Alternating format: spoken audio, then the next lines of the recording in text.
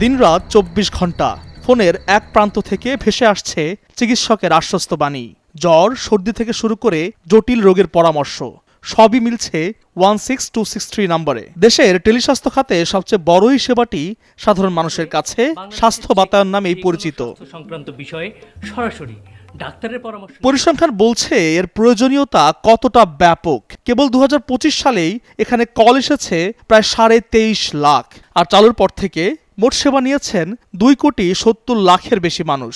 বর্তমানে ১০০ জন চিকিৎসক ও ২৫ জন কর্মকর্তা পালাক্রমে দিচ্ছেন এই নিরবচ্ছিন্ন সেবা।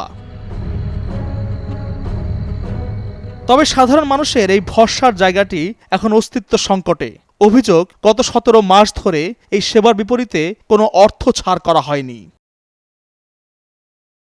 স্বাস্থ্য অধিদপ্তরের মহাপরিচালক অধ্যাপক ডাক্তার মোহাম্মদ আবু জাফর জানান, প্রকল্প ভিত্তিক অর্থায়ন হওয়ায় মেয়াদ শেষে অপারেশন চালানো কঠিন হয়ে পড়েছে। বিষয়টি মন্ত্রণালয়কে জানানো হয়েছে।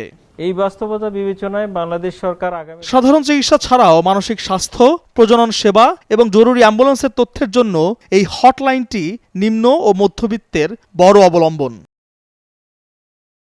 জনস্বাস্থ্য বিশেষজ্ঞরা বলছেন, হুট করে স্বাস্থ্য বাতায়ন বন্ধ হয়ে গেলে দেশের টেলিমেডিসিন খাতে বড় ধস নামবে।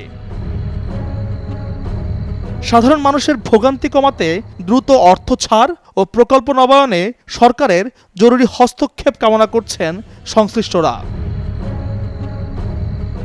আল মোহাইমিনুল খান, নিউজ 24, ঢাকা।